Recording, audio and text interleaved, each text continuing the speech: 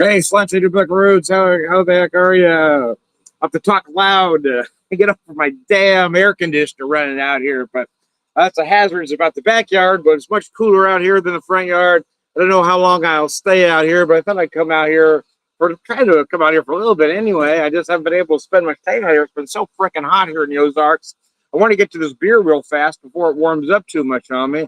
That'd be a good day for cheap beer and good whiskey. So I went with the Yingling Golden Pilsner, mostly because, well, I mean, it was reasonable, right?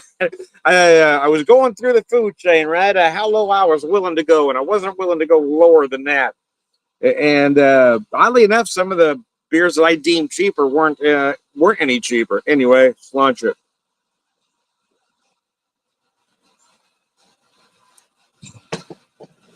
I almost bought a 12 pack of Tecate because that was my beer when I was a youngster. But this was actually a buck less, so decided to go with this one instead. Using my old Michelob special ales and lager glasses that they haven't made in many, many years now. I wish they'd resurrect that pack. I haven't started drinking yet. I still can't talk. Resurrect that pack or that pack for nostalgia's sake. Oh, mercy. So I did pour me some good whiskey as well. I'm not as worried about that because, I don't have it on the rocks yet. Yet. Heaven's Door, Revelation. Finishing off this little bitty bottle here. It's 100 proof, double damn flies. They don't come around until I turn the camera on. It's like somehow they know. Oh, damn, my fly spray's gone. Yeah. Darn, I thought I had just a little left, but it's gone. Son of a bitch. Anyways, I digress. Revelation Double Roll Whiskey at 100 proof. It's really not bad. And I got this set at Total Wine. It's 3 of these 200 ml bottles for $14.99. I mean, that's a damn deal, man. I'm going to knock this first beer back before it gets any warmer. Slaunch it.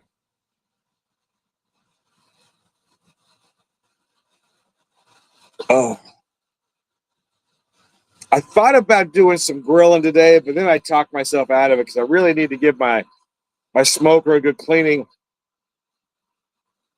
Because I'm going to do some fish tacos, kind of Baja style fish tacos. Well, sort of. Let's say Baja inspired fish, because I'm not going to bread these. Some are breaded, some grilled. I'm probably just going to cook them in the air fryer before I know the truth, so I don't eat anything. Yeah, but I may just give a nice pan sear in a cast iron pan. Either way, they're pollock fillet, so it's not way up the food chain, but it's not bottom. It'll be good for this anyway. So I've already made the refried beans, and I currently have cooking right now. I'm gonna got some tomatillos cooking down along with a poblano and a jalapeno, or a little verde over the top. You see, a little tomatillo drizzle.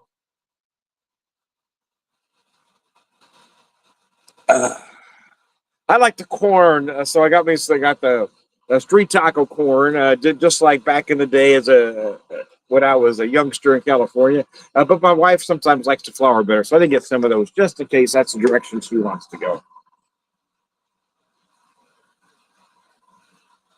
Mother humper.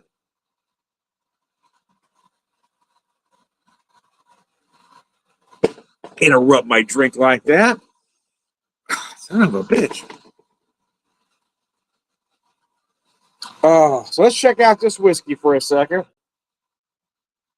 I may drop a cube in there, but I wanted to have some neat. Just drink a little bit neat. I do prefer neat. Every once in a while, I go on the rocks. I've been doing a lot of cocktails lately because that's where life has taken me. Now that I've become a bartender in my old age, most people do it when they're young. I went in a different direction. I do enjoy it. I got to tell you, I love being a bartender. I love the place that I work at, and most of the people. There's a couple Peckerwoods, but we'll keep that between us, all right? Oh, they know who they are. It's not going to be a surprise to them. Of course, I'm kidding. Jeez. Some people have no sense of humor. Excuse me, especially millennials. Man, getting those folks to take a joke. Uh, but I'll admit, being a Gen X, my sarcasm is next level. So I'm expecting you to get the sarcasm, understand the sarcasm, because of how it's played, right? Not necessarily my tone or the delivery, but but again, how it's played, right? There's certain things. For instance, if it's been raining like a son of a bitch, we got a brief moment where it's not, but then we hear it's going to start raining again, and I say something like, "Good, that's what we need, more rain." Well, that's sarcasm. I shouldn't have to explain that sarcasm, but still, in all, millennials don't get it.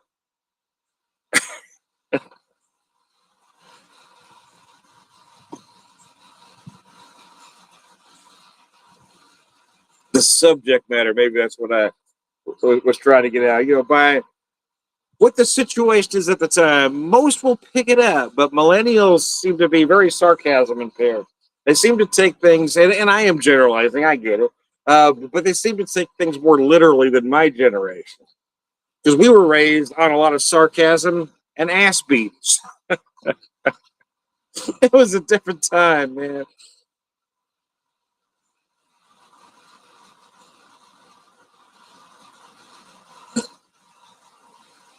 But there's a reason why, walking that back just a little bit, there's a reason why future generations aren't like my generation. And it's because our generation realized that the way we were raised was deeply flawed, and we didn't raise our kids that way. A lot of Gen X, and even boomers especially, but a lot of Gen X I've seen do it too, reminisce about, well, back in our day, yeah, back in our day, it wasn't great, man. You seem to be only remembering the rose colored stuff. There was a lot of bad things. I mean, we took a lot of abuse. And that's why we didn't raise our kids that way. We shouldn't be surprised that they grew up different because we didn't raise them with a lot of verbal abuse.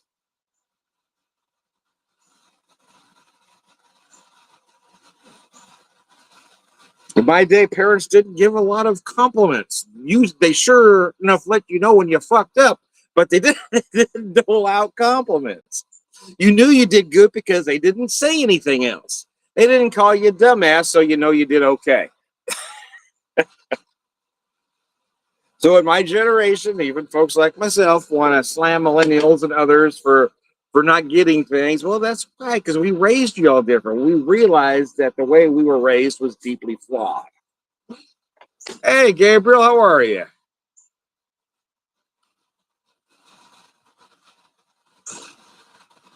I'll put your comment out there, man. Gabriel says, "Hey, Tom, good afternoon. Cheers." Launch right back at you, Gabriel.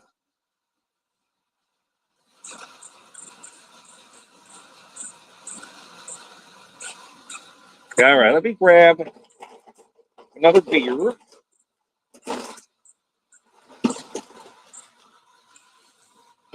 Yeah, I haven't been drinking a lot of beer lately, in all honesty. I haven't bought a lot, so I decided just to go ahead, because it was so hot outside, just invest in a very inexpensive 12 pack, if you will.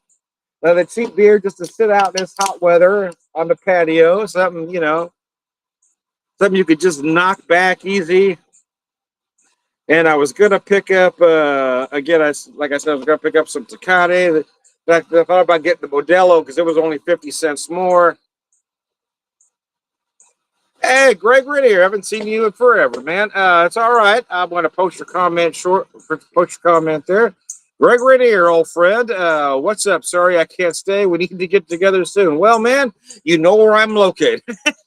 You know where to find me, and you got my phone number. You just let me know. We haven't been to your neck of the woods in quite some time either. And I know your neck of the woods has changed, but we haven't been that way. It's hard to get in that area. I don't want to tell people where you live, but for a lot of reasons, it's hard to revisit that area. It can be very triggering for me.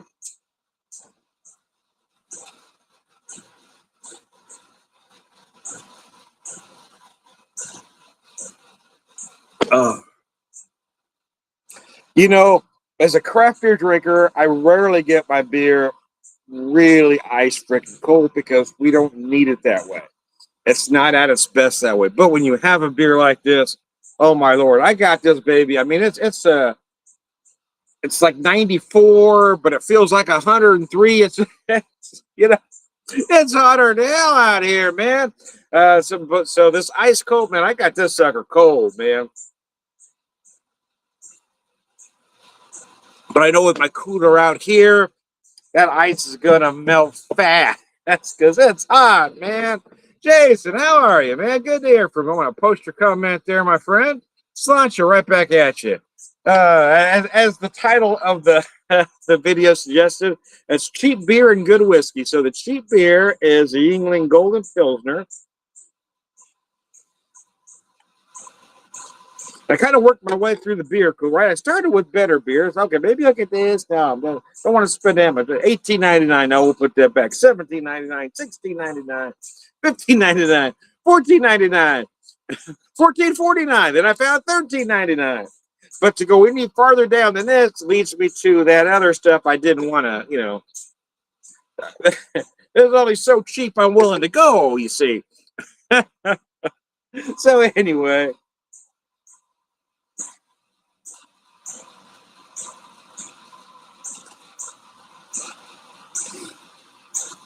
Oops. Do that. We post your comment, Jason. What's your favorite lawnmower beer? Rolling Rock is hard to beat. Yeah, I used to drink a lot of Rock back in the day, and I probably would have bought it, in all honesty, if this store had it. I used to be able to, but there was another liquor store I used to buy it at for days just like this.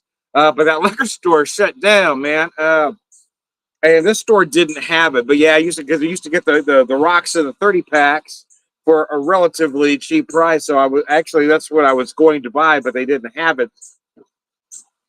So I remember they used to at this particular. I was at a grocery store that usually has a pretty good beer selection.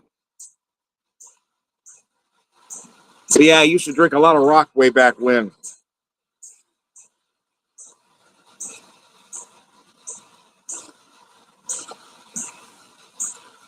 Gabriel says, "Wow, you just said 103 degrees is what it is here, Buckeye, Arizona." Yeah, man, it's been hot this year. It's not just been hot, man. Hot isn't the problem. It's humid that's been the problem. We've had a lot more moisture, a lot more rain in July than I ever remember, and I've been here since '92, which means when we have days like this that it's hot, it's not just hot. It's like a fucking sauna out here. It's just steamy as all hell.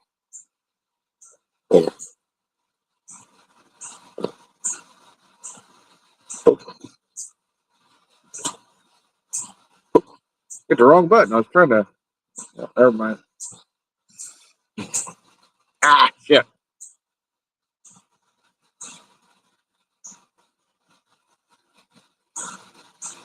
Trying to show me something, but my fat fingers keep hitting the wrong damn button. Anyway, never mind.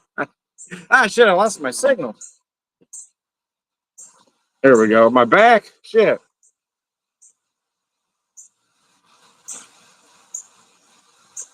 I don't know why that got a screen pop up there. I'm not sure what happened. What'd you do, Tom? I have no idea. There we go. Anyways, I digress. I'm still technologically challenged. So we had a very late breakfast, so we'll skip lunch and then a slightly early dinner and just do the two meals. It's usually what we do on a weekend, is just do the two meals. But really wanting fish tacos. I've got that pollock up there. And the best of times, you use a cod, I get it, but pollock's not too bad. And it's better than, say, a whiting or a sway.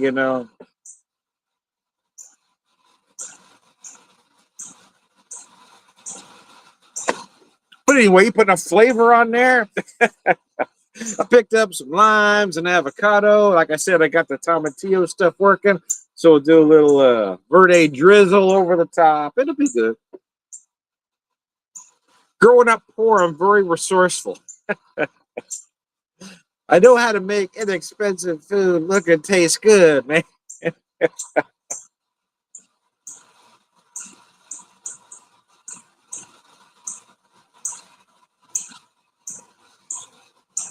All right, let me pick up that whiskey again for you.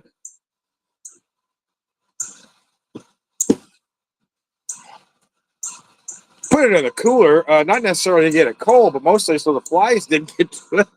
It was safe there, so it didn't necessarily get it cold, but it did chill that glass a little bit anyway. Cilantro.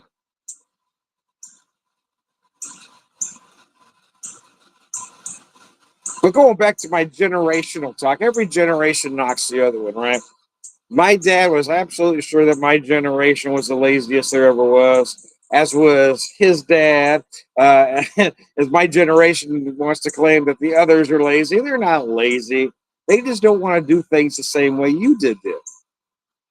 They're pushing back in a way that my generation did not. We were brought up a certain way that you just went out and killed yourself for whatever job you had because that's what you had to do to support your family. Hams. Oops. Trying to post your comment, Jason, but none of my stuff wants to work. Here we go. We were just brought up a certain way, right? You just went out to work. You did, and I did that for the longest time. And I killed myself, and I worked my way up the food chain, and I spent all my time at work and not with my family until I became in danger of losing it. I was being moved all over hell by a heartless company that told me they had my best interests at heart, right? But they don't. And I had, again, our son was about 6 months old, and my wife says, I'm done. I've had enough. So we did some hard thinking and decided it just wasn't worth it. So we made some other life choices.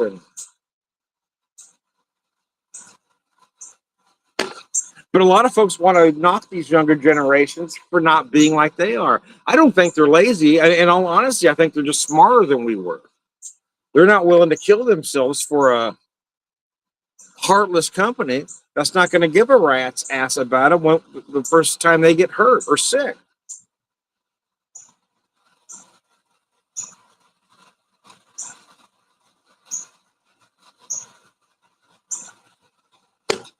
I mean, I worked with a lot of youngsters a few years back at a job, and I'm telling you, these folks aren't lazy. But I will say, I mean, there was that kind of mix. There were a couple that had that old school kill myself for the company bit. And then there were those that say, okay, no. um, if folks want to talk about the gig economy per se, it's in my opinion anyway, that's there out of necessity because jobs aren't paying what they once were. We've seen wages remain stagnant while CEO salaries have skyrocketed. And they want to tell you we're draining. The guy making minimum wage is draining it while you got that CEO is now making an incredible amount of money with a golden parachute. So no, the kid flipping burgers for $15 an hour isn't fucking things up for you. It's that CEO whose salary has gone way up. But you don't want to blame him. No. You want to blame that poor kid for trying to make a living wage.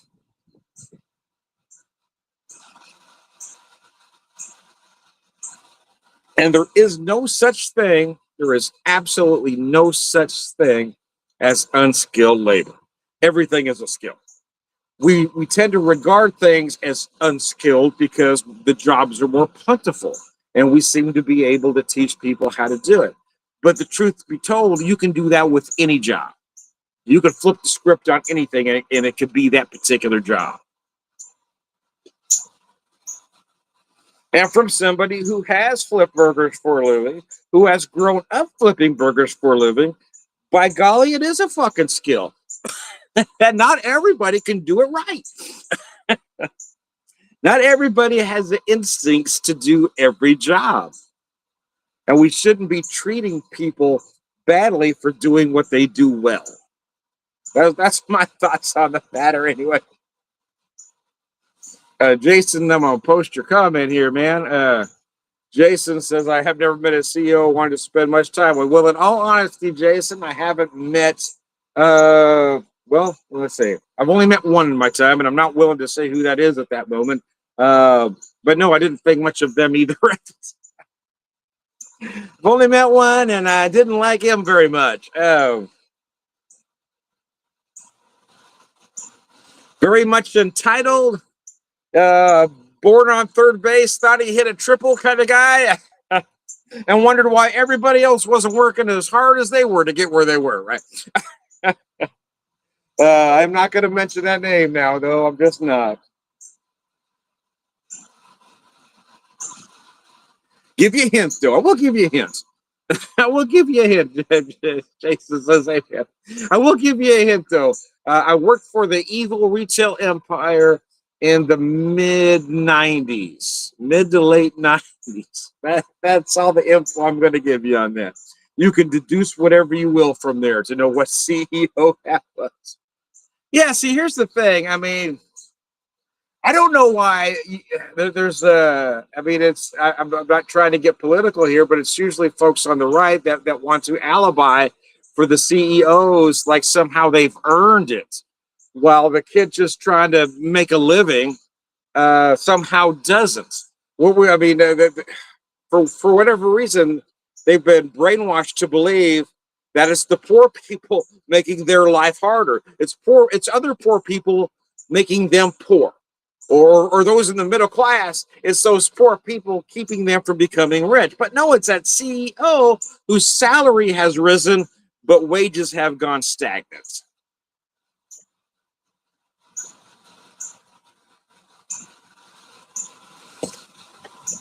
I have talked for a long time. I debated whether I should keep going or not. I think I will. I'm going to have one more beer with you. I'll run this one a little longer than typical. Put my whiskey back in the cooler so nothing happens to it.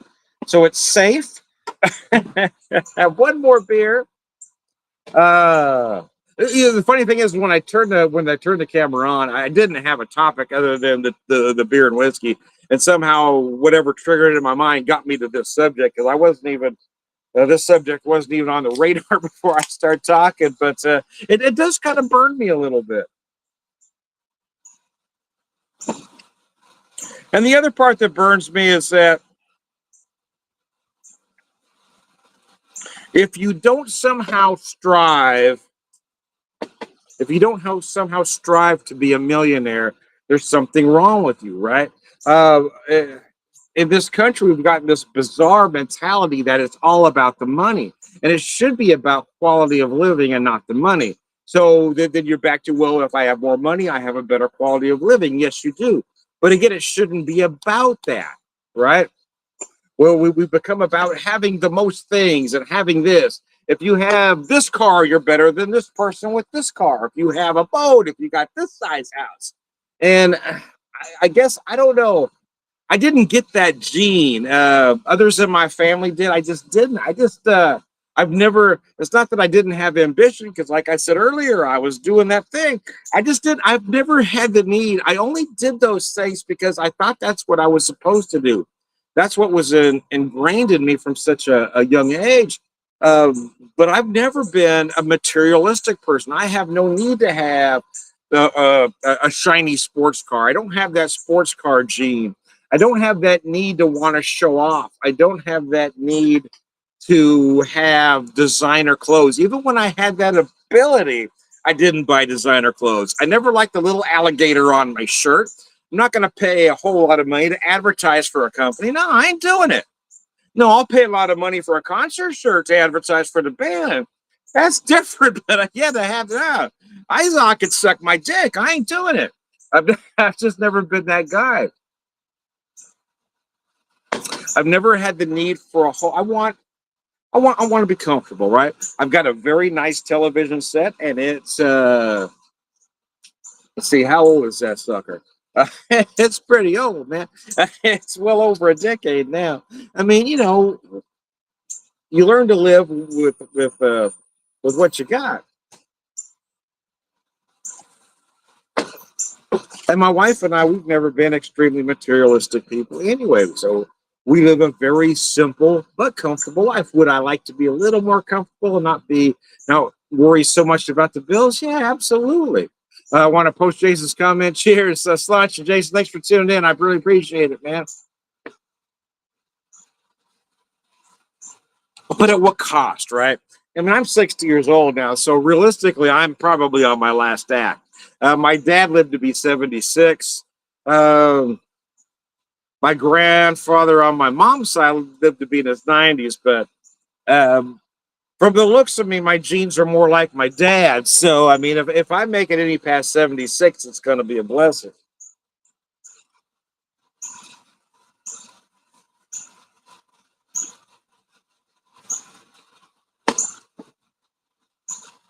So the likelihood is, yeah, I ain't got much left. And that was a hard reality for me recently because I've never worried about my age. In fact, I've always kind of rounded up.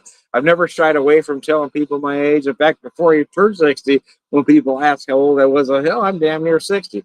But then right but it was about a 3 week period just before I turned 60, the mortality issues started coming into play. And I'm not sure what triggered it, to be honest with you, but all of a sudden I started thinking, damn, you ain't got much left, huh?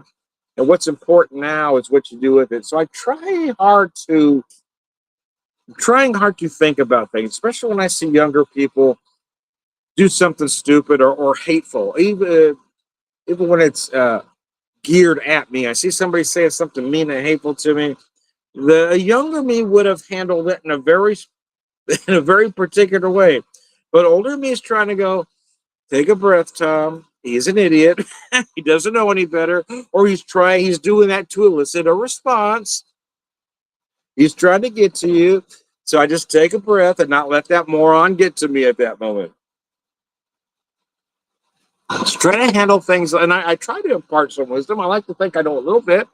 Sometimes it is that case of do as I say, not as I do, right? Because I'm giving you the benefit of my wisdom. I'm telling you, if you're asking me advice, I'm giving you advice based on the mistakes that I've made, not necessarily based on the successes. Based on so I've made these mistakes. So this is the advice I'm giving you, so you don't make these mistakes. And I think there's a lot of misinterpretation. I think people think when you ask them for advice, they want to hear about your successes, and I take it a different direction. When you ask me for my advice, I'm giving you my advice based on where I screwed up, in the hopes that you don't make those same mistakes that I did. I'm trying to save you here. If you don't listen to me, that's really on you. I appreciate that, Jason. I really do. Thanks, man. I'm getting ready to wrap it up. I don't typically run this long, but I felt like I was on a roll. I couldn't stop, man. I was on a roll. I was on a roll, man. Anyways, Launcher. Thank you, Jason. Thanks, Greg. And Gabriel for tuning in as well.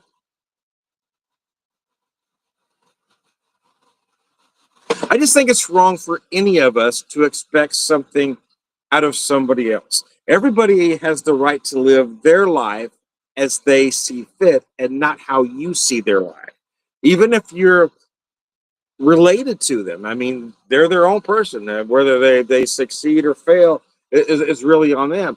But here's the thing that a lot of folks don't want to admit: whether they succeed or fail is up to them, and the definition of that is up to them. A lot of folks look at a relative or somebody they know as somebody that failed from their perspective, but you're not talking to that person, right? Uh, uh, for instance, I'm going to talk about myself a second. I live my life a lot different than my other brothers and sisters. So, from a particular a particular sibling point of view, I might not be living my best life, but to me, I am. I am living my best life. I'm 60 years old. I'm finally at a career that I love. I finally go to a place of work that I love being at. And no, I'm not breaking the bank, but I don't need to because my wife and I are not needy. We don't crave a lot of things. We're not materialistic folks. She doesn't want a huge diamond. I don't want a sports car. I mean, I get that we're both different folks, but I guess the point is success is different to the individual. Somebody else has no right or Well, it just has no right to decide whether you're successful or not.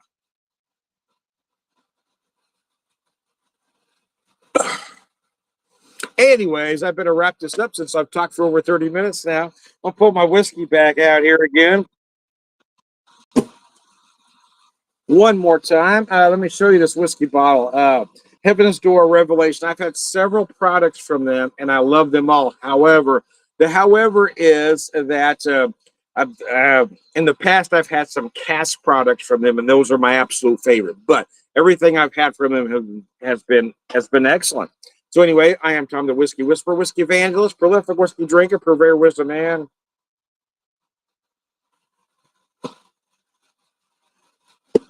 Didn't think I was going to chug that, did you? That's good whiskey. You don't slam whiskey like that. You slam beer like this. I'm myself, Tom the Beer Whisperer, beer evangelist, prolific beer drinker, purveyor, wisdom man.